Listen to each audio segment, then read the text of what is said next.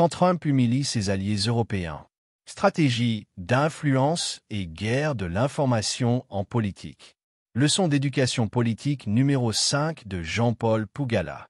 Comment comprendre la triple humiliation que Donald Trump est en train d'infliger aux vassaux de l'Europe? Le 12 février 2025, entretien téléphone de 90 minutes entre Donald Trump et Poutine. C'est Trump qui a appelé Poutine.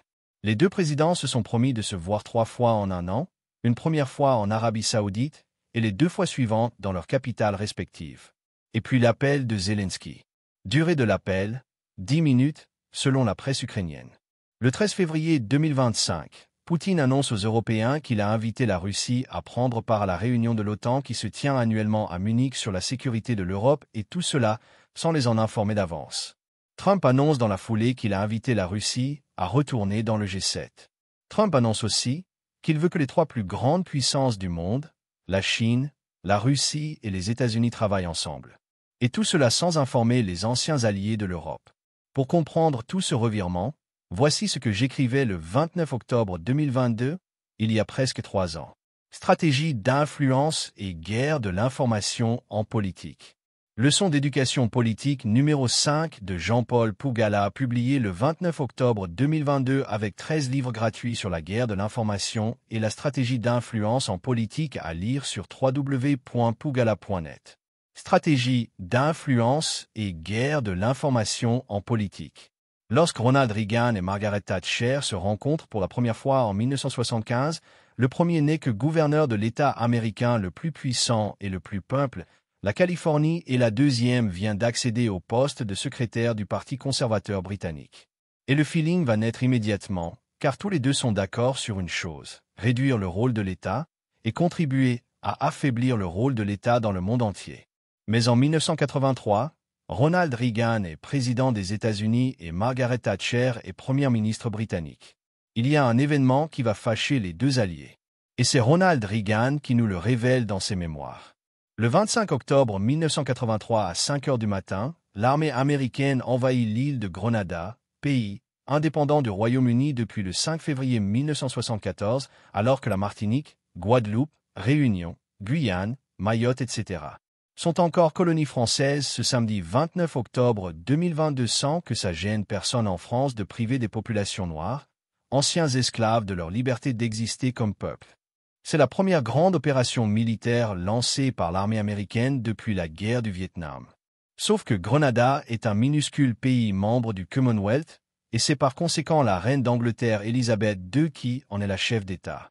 Mais le président américain Ronald Reagan n'informe pas sa plus proche alliée, Margaret Thatcher, Premier ministre, avec qui il s'entretient pourtant au téléphone la veille de l'invasion. Reagan en parle dans ses mémoires en ces termes. Elle est en colère et pense que nous ne devrions pas le faire, envahir la Grenade. Je ne peux pas lui dire l'invasion, a déjà commencé. On a vraiment réussi à garder cela secret. Mais pourquoi tout ce secret? Et c'est quoi l'utilité d'envahir un minuscule État insulaire avec une superficie d'à peine 348 km² et une population à l'époque de moins de 80 000 habitants? Aujourd'hui, en 2022, ils sont 115 000. Presque tous des Noirs venus d'Afrique comme esclaves des Britanniques. Ronald Reagan était convaincu que le mur de Berlin n'était pas fait que de briques, mais que c'était avant toute chose un mur d'idées, un mur d'idéologie. Du côté occidental, sous le contrôle des États-Unis, c'était une idéologie de l'effacement de l'État, alors que de l'autre côté oriental du mur, c'était l'idéologie de la superpuissance de l'État. Reagan était pour contribuer à diminuer la puissance de l'administration publique, de l'État partout dans le monde, et laisser l'initiative privée contrôler les pays. Cela s'appelle la liberté, la démocratie ou plus simplement le libéralisme. Or, en plein Caraïbes, il y avait cette île qui, depuis le coup d'État de 1979, avait conduit au pouvoir des communistes pro-cubains. Sur les 80 000 habitants de l'île, il y avait 1000 étudiants venus tout droit des États-Unis, dont 650 fréquentant la faculté de médecine.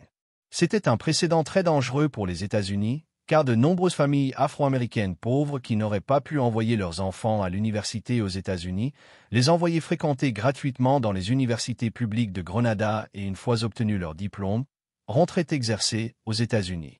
Ce qui mettait à mal toute la validité du discours de Ronald Reagan sur la liberté et la démocratie, alors que ses propres citoyens reçoivent l'instruction gratuitement de la part d'un minuscule pays communiste. Il fallait que cela cesse. Et le 25 octobre 1983, l'occasion se présente. Et sans aucun mandat des Nations Unies, et sans informer son allié Thatcher, Ronald Reagan envahit l'île et y met un gouvernement libéral, capitaliste. Un an auparavant, invité par la première ministre britannique Margaret Thatcher, il fait un discours à la Chambre des Lords, Parlement britannique, le Westminster. Ici, le président américain présente sa stratégie pour remporter la guerre idéologique contre les pays communistes, contre l'Union soviétique. Il dit « Commençons maintenant un effort majeur pour obtenir le meilleur, une croisade pour la liberté qui engagera la foi et le courage de la prochaine génération. Au nom de la paix et de la justice, avançons vers un monde dans lequel chacun est enfin libre de déterminer son propre destin. » Ronald Reagan, Palais de Westminster, Londres, 8 juin 1982. Dans un sens ironique, Karl Marx avait raison. Nous assistons aujourd'hui à une grande crise révolutionnaire, une crise où les exigences de l'ordre économique s'opposent directement à celles de l'ordre politique. Mais la crise ne se produit pas dans l'Occident libre et non marxiste, mais dans la patrie du marxisme-léninisme, l'Union soviétique. Pour Reagan, l'économie d'un pays est faible parce que sa politique est trop forte, parce que son secteur public est trop puissant et étouffe le privé. Il dit « L'ampleur de cet échec est stupéfiante, un pays qui emploie un cinquième, 20%, de sa population dans l'agriculture est incapable de nourrir sa population. Sans le petit secteur privé toléré dans l'agriculture soviétique, le pays pourrait être au bord de la famine. Ces parcelles privées occupent à peine 3% des terres arables mais représentent près d'un quart, 25%, de la production agricole soviétique et près d'un tiers, 30%, des produits carnés et maraîchers. Quelques mois après ce discours, le 15 janvier 1983, le président Reagan signe la directive 77, NSDD 77, c'est-à-dire National Security Decision Directive 77, qui renforce le rôle attribué à la diplomatie publique en la définissant comme l'ensemble des actions entreprises par le gouvernement des États-Unis dans le but de générer du soutien à l'étranger pour nos objectifs de sécurité nationale. Cette directive 77 fait de la diplomatie publique le centre du processus décisionnel de la politique étrangère américaine. La directive 77 crée aussi l'ICB, International Broadcasting Committee, dirigé par le personnel du NSC et chargé de coordonner les actions anti-brouillage ainsi que la modernisation du système de radiodiffusion. En 1987, il va encore plus loin. En cette ère de l'information, en cette ère des médias de masse et des micropuces, des satellites de télécommunications au-dessus de la planète et des câbles à fibres optiques souterrains, dans cette nouvelle ère, la diplomatie traditionnelle seule ne suffit pas. Les États-Unis doivent parler non seulement aux gouvernements étrangers, mais à leur peuple, en s'engageant dans la diplomatie publique avec toutes les compétences et ressources que nous pouvons maîtriser. Je crois que notre diplomatie publique représente une force puissante à notre disposition pour façonner l'histoire du monde. Le président Ronald Reagan, septembre 1987. Source, page 8 du rapport. The US Advisory Commission on Public Diplomacy 40 Anniversary Conference on Public Diplomacy in the Information Age. Department of State, September 15 à 16, 1987, in United States Advisory Commission on Public Diplomacy, 1989 report. Les États-Unis doivent parler non seulement aux gouvernements étrangers, mais à leur peuple. Mais quoi dire au peuple? Et dans quel intérêt? Pour répondre à cette question, faisons un tour en arrière de 39 ans, en 1983. À la une du quotidien américain, The Washington Post, du 13 juillet 1983, pouvait lire ce titre. Hollywood Style Diplomacy, Week Add Flair to US Story. C'est-à-dire, la diplomatie publique hollywoodienne selon Charles Wick. Retenez ce nom, Charles Wick, car il va être prédominant sur la suite de notre histoire. Charles Wick est l'ami de plus de 20 ans de Ronald Reagan. C'est lui qui constate que la démocratie est une vraie farce. Et si dans les farces au cinéma, même le comédien principal peut devenir président de la République, pourquoi ne pas l'essayer dans la réalité?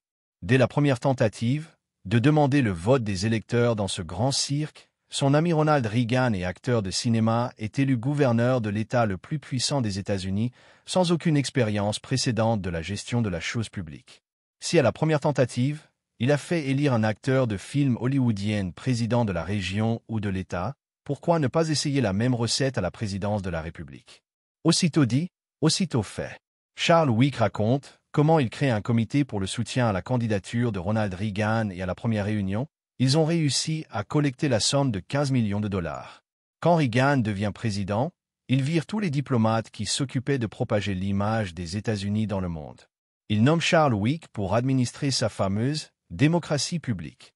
The Washington Post, du 13 juillet 1983, nous explique que pour celui qu'on vient de nommer comme le chef de l'agence d'information, la Hollywood Style Diplomacy signifie que désormais, la diplomatie se fait comme les films de Hollywood où il faut forcément un bon et un méchant, un acteur principal que le spectateur doit aimer et un chef bandit que les spectateurs doivent haïr durant tout le film. Et forcément, à la fin du film, c'est le bon qui doit gagner. Et dans ce film de la nouvelle Hollywood Style Diplomacy, chaque pays du monde devra choisir de quel côté il se trouve. Le bon, c'est le côté des États-Unis et de tous ses alliés. Le méchant, c'est le communisme, c'est l'Union soviétique et ses alliés de la République populaire de Chine. Pour Charles Wick, désormais, les journalistes ne devront plus se limiter à produire et diffuser les informations, mais participer à la fabrication des films dans le Hollywood Style Diplomacy. Quand on consulte le Statement of Charles Wick Before the Senate Relations Committee, April 30 1981, Biographic File Relating to USIA Director and Other Senior Official, 1953 à 2000. Folder 2, Entry 1069, USIA Historical Collection RG 306, Box 31, National Archive, College Park, MD. On y découvre qu'avant de prendre les commandes de l'agence d'information à l'âge de 64 ans, Charles Wick, avocat de formation, était un homme d'affaires indépendant. Sa société, Wick Financial Corporation, créée au début des années 1960, s'occupait du financement des mortgages et des assurances de santé. Et qu'en plus, elle avait compris qu'on pouvait gagner plus d'argent en finançant la production artistique, les films. C'est à ce titre, Charles Wick produisait en effet des films, des émissions de radio ou de télévision, et des disques aux États-Unis comme à l'étranger. Il était à l'origine de la création à Londres dans les années 1950 d'un studio de cinéma et coproduisait régulièrement des films de télévision avec la BBC. Charles Wick avait compris depuis les années 1950 en produisant les films de télévision avec la BBC que ce qui compte en démocratie, ce n'est pas la vérité, mais l'intrigue du film. C'est la trame des événements qu'il faut transformer en œuvre dramatique tout en restant romanesque. Avant de donner une information, le journaliste doit d'abord inventer une trame romanesque où il fait des États-Unis et ses alliés les bons, les vertueux, les gentils et les autres, comme l'Union soviétique, tous des méchants. Rendu à nos jours, on peut se demander où se trouve la logique que le secrétaire américain à la Défense, Austin, un Africain-Américain soutienne un pays comme l'Ukraine qui mène une politique avec l'idéologie des suprématistes blancs ukrainiens. En 2022, l'Union soviétique a disparu. En Russie, il y a la démocratie. Mais ce qu'on reproche à Poutine n'est pas la démocratie, mais le rôle de l'État. À la fin de la guerre froide, les Américains se sont activés pour inventer les oligarques russes dont le rôle était principalement celui de réduire le rôle et la puissance de l'État russe dans l'économie en privatisant toutes les entreprises stratégiques russes liées aux matières premières énergétiques comme l'uranium, le gaz, le pétrole. Le chef bandit dans le film américain a commis l'erreur de redonner à l'État russe sa place de puissance en nationalisant tout ce qui compte pour la souveraineté de la Russie. Du coup, tous les journalistes qui organisent des tables rondes sur les chaînes de télévision en Europe comme aux États-Unis ne doivent y inviter que ceux qui doivent confirmer la trame romanesque du film dans lequel les États-Unis sont toujours l'acteur principal qui doit se sacrifier pour apporter la justice et la moralité en luttant contre le méchant russe qui a attaqué l'Ukraine. Il ne faut surtout pas dire que les États-Unis ont aussi envahi Grenada avec 6 000 militaires contre quelques policiers grenadiens mal armés et aidé seulement 700 militaires cubains. Dans ce film, l'envahisseur qui est forcément le méchant dans le film ukrainien devient le sauveur dans le film grenadien et peu importe la disproportion des moyens entre Goliath et le petit David. Personne ne viendra offrir des armes pour sauver liberté des grenadiens, et ce sont les victimes qui deviennent le chef bandit pour qui personne n'a la moindre compassion dans le film hollywoodien de Washington. C'est dans ce cadre que dans les relations entre le monde et l'Afrique, le méchant dans le film hollywoodien ne peut pas être la France ou le Royaume-Uni qui continuent de tenir tout un continent sous la pauvreté entretenue. Mais c'est la Chine qui vient à leur secours. Même le peuple africain a adhéré à la logique de ce film hollywoodien à la Charles Wick, où les victimes n'ont pas pitié d'eux-mêmes. Pire, Ils sont même amenés à avoir de la sympathie pour leurs bourreaux et expriment tout le dédain contre la Chine ou contre la Russie arrivée pour les sortir de leur esclavage occidental qui dure depuis 5 siècles sans que personne dise comment il pourra un jour prendre fin, sans le moindre apport externe des autres puissants.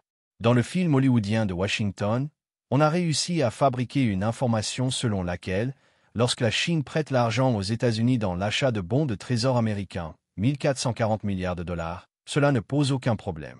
Lorsque la Chine finance le déficit de la sécurité sociale en France avec un prêt de 300 milliards d'euros, cela ne pose aucun problème. C'est même salué par tous les politiciens. Mais si la Chine prête 1 milliard de dollars à l'Ouganda, c'est tout l'Occident qui appelle cela un prêt toxique, visant à s'emparer de l'aéroport de Entebbe. Et le pire dans tout cela est que ce sont surtout les intellectuels africains qui vont relayer cette trame romanesque du film hollywoodien dans lequel on leur donne l'impression d'être dans le même camp que leurs bourreaux. On l'a récemment vu au Cameroun, un politicien camerounais faire des publications pour expliquer comment la méchante Chine avait trompé le Cameroun dans un contrat minier et demandé au gouvernement de rendre publique l'intégralité du contrat. Alors que la Chine ne représente que moins de 1% des contrats miniers avec le Cameroun, ce politicien n'est pas intéressé de savoir ce que cachent les contrats miniers signés entre la France et le Cameroun en 1959, c'est-à-dire avant même l'indépendance du pays. Parce que dans le film hollywoodien de Charles Wick, il se voit du côté de l'acteur principal, la France, et oublie qu'il est la victime dans ce film. Et il n'éprouve aucune compassion pour lui-même. Il n'est pas le seul. Malheureusement. Sauf que cette politique ne porte pas toujours les résultats escomptés. La France a suivi le scénario de la Hollywood style démocratie en investissant dans Radio France Internationale qui émet en modulation de fréquence, FM, dans tous les pays africains qui parlent le français comme langue principale de communication. Résultat des courses, les enfants dans les rues de Ouagadougou et de Bamako défilent avec les drapeaux russes, le méchant dont a parlé RFI pendant des dizaines d'années. Et ce sont les mêmes jeunes qui vont brûler l'ambassade de France ou les centres culturels français à Ouagadougou.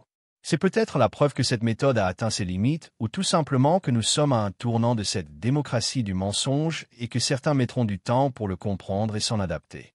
En effet, on a beau décréter que l'aéroport de Entebbe aurait été saisi par les autorités chinoises pour un prêt non remboursé, mais les années vont passer et dans 10 ou 20 ans, la vérité finira par faire surface non plus sur les parents ignorants qu'on pouvait facilement manipuler, mais auprès des jeunes qui comprendront par eux-mêmes qu'ils ont été floués. Ce jour-là, quand les jeunes qui sont en train de naître aujourd'hui iront brûler le centre culturel français ou britannique en brandissant les drapeaux chinois comme ils le font aujourd'hui avec les drapeaux russes considérés à tort ou à raison, comme des sauveurs, et à rien ne servira d'accuser tels intellectuels africains de trolls de la Chine ou des vendus de Moscou. À quoi cela sert-il de nous dire tous les jours que la Russie ne peut pas gagner la guerre en Ukraine? On enseigne en première année des écoles militaires que dans une guerre, la pire des erreurs est celle de sous-estimer son ennemi. J'en déduis donc que tous les généraux qui font ce genre de commentaires n'ont jamais pris un seul jour les cours de défense.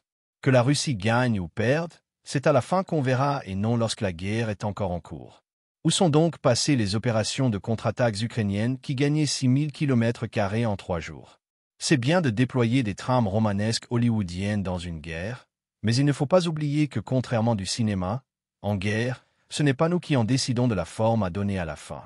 Et par conséquent, une guerre ne se commande pas comme un match de football, pour nous répéter tous les jours que l'armée russe est mal partie, mais d'avoir la patience d'attendre pour et de voir ensemble qui sera le gagnant. À force de croire à ces mensonges pour inventer les méchants dans toutes les opinions divergentes, l'Occident a fini par se laisser entraîner dans son propre film. Sauf que cette fois-ci le film n'est plus à l'écran, mais sur les factures et quittances d'électricité et de gaz des entreprises et des ménages.